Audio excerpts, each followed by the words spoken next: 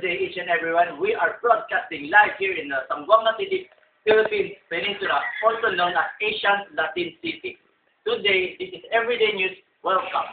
Today, we are broadcasting. There is a stolen Jeep who is plate number JBB 445, color red and branded Toyota.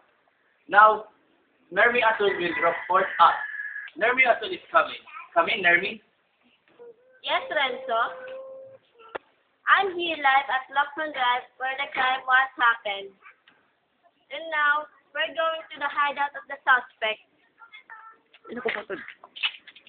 Boss, here is the car key, but the suspect is gone. The suspect is still missing. Back to you, Renzo.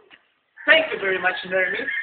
Now we know the secret hideout of Mr. Ben Ajar Hamjan, which is the suspect of carnapping syndicate.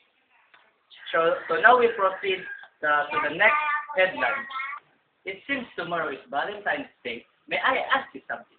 Do you have a date tomorrow?